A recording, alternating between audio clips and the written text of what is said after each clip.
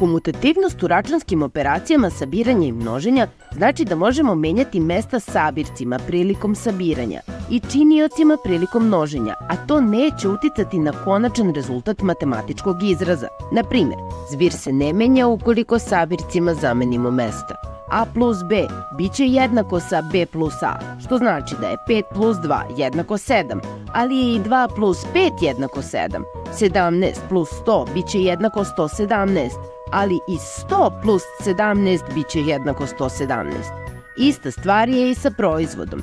A puta b je jednako b puta a, pa će tako 3 puta 6 biti jednako 18, ali i 6 puta 3 će biti jednako 18. 20 puta 8 će biti jednako 160, ali i 8 puta 20 će biti jednako 160.